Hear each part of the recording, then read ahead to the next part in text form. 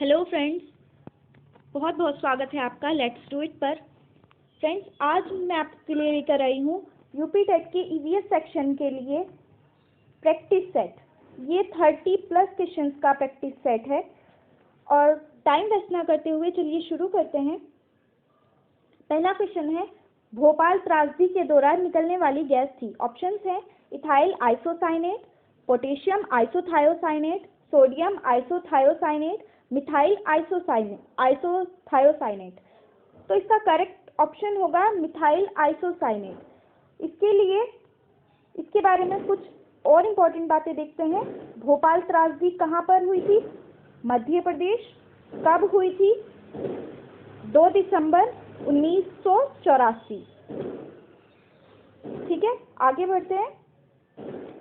खाद्य श्रृंखला जिसमें सूक्ष्म जीव प्राथमिक उत्पादकों द्वारा निर्मित भोजन को विघटित करते हैं, वो क्या कहलाती है? ऑप्शन ये है परजीवी खाद्य श्रृंखला, डेट्राइटस खाद्य श्रृंखला, भक्षक खाद्य श्रृंखला, परभक्षी खाद्य श्रृंखला। तो इसके लिए ऑप्शन सही होगा डेट्राइटस खाद्य श्रृंखला। देखिए, खाद्य श्रृंखला जो चलती है उसमें जो अपघटित होते हैं, अपघटन करने वाले सूक्ष्म जीव होते हैं ना, वो भी तो अपनी एक छोटी सी खाद्य श्रृंखला चलाते हैं, उस चीज़ों को अपघटित करते रहते हैं। तो ये उसी खाद्य श्रृंखला को पूछ रहा है कि इसे क्या कहते हैं। तो इसे कहते हैं डेट्राइटस खाद्य श्रृंखला। आगे बढ़ते हैं। औद्योगिक कचरे जिसमें पारा यौगिक होते हैं, इससे दूषित मछली खाने से होने वाली बीमारी है। कुल मिला के ये पूछना चाह रहा है कि पारे से कौन सी बीमारी होती है। घुमा फिरा के पूछा गया है। इसके लिए ऑप्शंस दिए हैं ऑस्ट्रोक्लेरोसिस, हाशिमोटोस ऑक्सीडेज, ब्राइट रोग और मिनीमाटा रोग। तो करेक्ट ऑप्शन हो जाएगा मिनीमाटा। देखिए, इसको याद रखने के लिए बिल्कुल आसान है। पारा को बोलते हैं मरकरी। M4 mercury, M4 मिनीमाटा। ये सेम है, बिल्कुल आसानी से आप लोगों को याद रह जाएगा। अगला देखते हैं। यदि व्यक्ति अपने शरीर में वसा के जमाव को कम करना चाहता है तो उसे क्या करना चाहिए? पहला ऑप्शन है कड़ी मेहनत से बचना चाहिए। दूसरा है दूध के सेवन को सीमित करना चाहिए। तीसरा है सभी वस्तुओं के लिए तेलीय पेच परीक्षण करना चाहिए, या फिर विटामिन और खनिजों से भरपूर भोजन लेना चाहिए। देखिए, कड़ी मेहनत से बचना चाहिए, ये कोई बात नहीं है। इस तरह के ये ऑप्शन सिर्फ आप लोगों को कंफ्यूज करने के लिए दिए गए हैं। करेक्ट ऑप्शन होगा इसका विटामिन और खनिजों से भरपूर भोजन लेना चाहिए। ठीक है, वैसे भी बैलेंस डाइट अगर लेते हैं तो शरीर में कोई एक्स्ट्रा फैट नहीं जमता, ये कॉमन सी बात है। आगे देखते हैं। निम्नलिखित में से कौन सा देश सौर ऊर्जा का सबसे बड़ा उत्पादक देश है? Option A Germany, B Japan, C China या डी अमेरिका। तो इसका करेक्ट ऑप्शन हो जाएगा सी चाइना।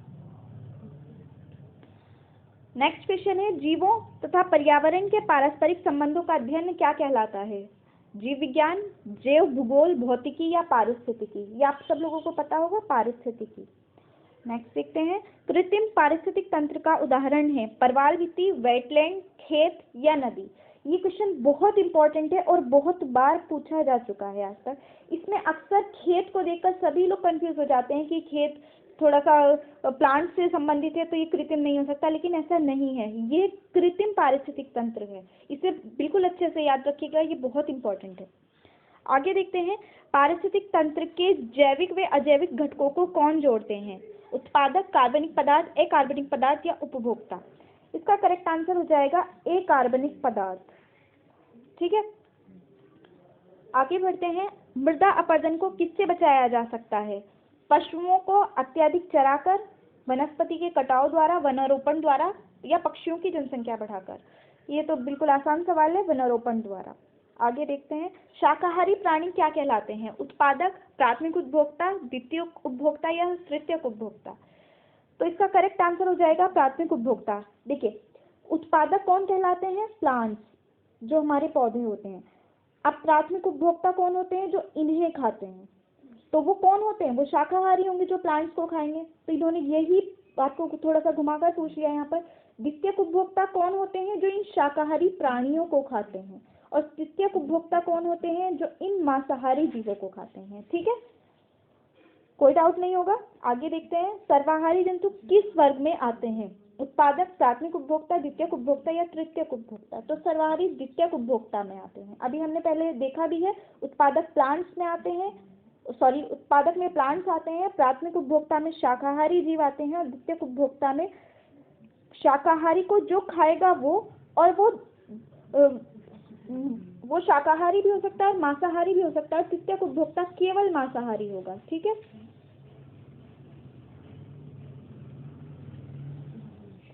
फिर प्रकृति के सफाई कर्मी किसे कहा जाता है? केंचुआ, गिद्ध, शुतुरमुर्ग या बाज?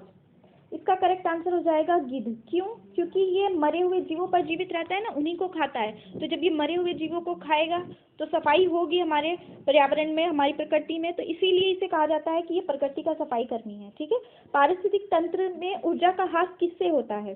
स्थिरीकरण से, प्रदूषण से, रूपांतरण से या नवीनीकरण से? रूपांतरण से। देखिए, एक स्तर से दूसरे स्तर में 10% ऊर्जा ही क्या होती है? ट्रांसफर होती है। फिर नेक्स्ट में फिर से 10% होगी। तो यहाँ ह्रास कैसे हो रहा है? बाकी सब सारी ऊर्जा का तो ह्रास ही हो रहा है ना, तो ये कैसे हो रहा है? ये रूपांतरण से हो रहा है। अगर ऊर्जा का रूपांतरण हो ही ना तो ह्रास होगा क्या? नहीं होगा ना। ठीक है, आगे देखते हैं, पादपों से शाकाहारी जीवों में कितनी ऊर्जा पहुंचती है? ये मैंने अभी भी बताया, 10%। आगे देखते हैं, पारिस्थितिक तंत्र में ऊर्जा का प्रवाह सदैव कैसे होता है? चतुर्दिशात्मक, एक दिशात्मक, त्रिदिशात्मक, द्विदिशात्मक। देखिए, अभी मैंने पीछे क्या समझाया था, ये देख रहे हैं ना, एक लेवल से दूसरे में, दूसरे से तीसरे में, सीधी यानी एक ही दिशा में हो रहा है। तो यही चीज इसने पूछी हुई है यहाँ पर कि कितनी दिशाओं में होता है, तो एक दिशा में होता है। ठीक है, आगे देखते हैं, ऊर्जा का गैर परंपरागत स्रोत कौन सा है? पेट्रोलियम, कोयला, सौर विकिरण, नाभिकीय ऊर्जा उत्पादक केंद्रों की विद्युत। तो ये बड़ा ऑप्शन देके ही टिक करने की जरूरत नहीं है, इसका सीधा सा आंसर है सौर विकिरण। देखिए, अगर ये ऑप्शंस बदल कर भी आ जाए तो इसे पहचानने का सबसे आसान तरीका है, आप वो ऑप्शन ढूंढिए जो कभी खत्म नहीं होगा। कोई भी ऐसा ऑप्शन जो कभी खत्म नहीं होगा वही होगा ऊर्जा का गैर परंपरागत स्रोत। जैसे यहाँ सौर विकिरण दिया हुआ है, तो सौर विकिरण की जगह जल दे देता तो वो हो जाता, पवन दे देता तो वो हो जाता। क्यों? क्योंकि जल कभी खत्म होगा क्या? नहीं ना। पवन यानी हवा कभी खत्म होगी क्या? नहीं। तो वो ऑप्शन ढूंढिए जो कभी खत्म नहीं होने वाला है। आगे बढ़ते हैं, चंद्रप्रभा वन्य जीव अभयारण्य कहाँ है? उत्तर प्रदेश, मध्य प्रदेश, उत्तराखंड या उड़ीसा? तो आंसर हो जाएगा उत्तर प्रदेश। उत्तर प्रदेश में और कौन से हैं? चंद्रप्रभा, पीलीभीत और दुधवा। ठीक है, 3 ही इंपॉर्टेंट है, यही आपको याद रखना है। आगे देखते हैं, भारत का सबसे बड़ा बाघ अभयारण्य यानी रिजर्व कहाँ है? कौन सा है? सॉरी, पहला है नागार्जुन, मानस, पेंच या कार्बेट? तो इसका करेक्ट आंसर हो जाएगा कार्बेट। कहाँ पर है? उत्तराखंड। पेंच कहाँ पर है? मध्य प्रदेश। मानस कहाँ पर है? असम। नागार्जुन कहाँ पर है? आंध्र प्रदेश। ठीक है, आगे बढ़ते हैं, निम्नलिखित में से कौन सा व्यक्तित्व चिपको आंदोलन से संबंधित है? मेधा पाटेकर, सलीम अली, सुंदरलाल बहुगुणा या एम.एस. स्वामीनाथन? तो इसका करेक्ट आंसर हो जाएगा सुंदरलाल बहुगुणा। अच्छा, सलीम अली कौन है? पक्षी विज्ञानी। एम.एस. स्वामीनाथन कौन है? हरित क्रांति के जनक। ठीक है, मेधा पाटेकर ये भी पर्यावरण आंदोलन से संबंधित है। ये आप कमेंट में बताएंगे कि ये कौन से कौन से आंदोलन से संबंधित है। इस पर मैंने पिछली वीडियो में ही मैंने आप लोगों को बताया था। ठीक है, निम्नलिखित में से कौन भारत में पर्यावरण आंदोलन से संबंधित नहीं है? सुंदरलाल बहुगुणा, एम.एस. स्वामीनाथन, सलीम अली, वर्गीज कुरियन? तो इसका करेक्ट आंसर हो जाएगा वर्गीज कुरियन। सुंदरलाल बहुगुणा कौन है? चिपको आंदोलन वाले। एम.एस. स्वामीनाथन हरित क्रांति के जनक। सलीम अली पक्षी विज्ञानी, इन्हें कहा जाता है birdman of India. Verghese Kurien कौन है? वर्गीज कुरियन है श्वेत क्रांति के जनक। श्वेत क्रांति के जनक। श्वेत क्रांति किससे संबंधित है? दूध से। ठीक है, आगे बढ़ते हैं, भारत के संविधान के किस अनुच्छेद के अंतर्गत भारत के राष्ट्रपति पर महाभियोग चलाया जा सकता है? अनुच्छेद 61, अनुच्छेद 75, अनुच्छेद 76 या अनुच्छेद 85? तो इसका करेक्ट आंसर हो जाएगा अनुच्छेद 61। ठीक है, आगे देखते हैं, टिहरी बांध का मुख्य स्रोत कौन सी नदी है? अलकनंदा, भागीरथी, गंडक या घग्गर? ये पूछना चाह रहा है सीधा सीधा, टिहरी नदी किस नदी पर है? तो इसका करेक्ट आंसर हो जाएगा भागीरथी। आगे बढ़ते हैं। भारत की स्थलीय सीमा कितने देशों से लगती है? 6, 7, 8 या 9? करेक्ट आंसर है 7। कौन कौन से? बांग्लादेश। इसके लिए एक छोटी सी ट्रिक है, बचपन में MBA, बचपन में MBA किया साइलेंट इसलिए मैं नहीं लिख रही हूँ। बे से बांग्लादेश, चा से चीन, पा से पाकिस्तान, ना से Nepal, M for Myanmar, B for Bhutan और A फॉर अफगानिस्तान। ठीक है, आगे देखते हैं। पर्यावरण और पारिस्थितिकी का भौतिक घटक क्या है? जंतु, वनस्पति, प्रवाहित जल या पारिस्थितिकी? तो इसके लिए आंसर होगा प्रवाहित जल। यहाँ पे बच्चे सोचते हैं पारिस्थितिक से क्वेश्चन आ गया तो पारिस्थितिकी जल, जंतु या वनस्पति लगा दें, ऐसा नहीं है, इसका आंसर प्रवाहित जल ही होगा। इकोलॉजी शब्द का सर्वप्रथम प्रयोग किसने किया था? ऑडम ने, टेंसले ने, टेलर ने या डार्विन ने? आंसर हो जाएगा टेंसले ने। वनों को नष्ट करने का कुप्रभाव पड़ता है किस पर? मृदा अपरदन पर, खरपतवार नियंत्रण पर, सूर्य के प्रकाश पर या चारागाहों की वृद्धि पर? मृदा अपरदन पर। जब वनों को नष्ट करेंगे तो मृदा अपरदन अधिक होगा ना। ठीक है, आगे देखते हैं। प्राकृतिक पारिस्थितिक तंत्र का उदाहरण क्या है? खेत, बांध, झील या पार्क? तो इसका आंसर होगा झील। देखिए यहाँ खेत नहीं लगाना, ये क्वेश्चन अभी पीछे भी आया था। खेत जो होता है वो कृत्रिम पारिस्थितिक का उदाहरण है।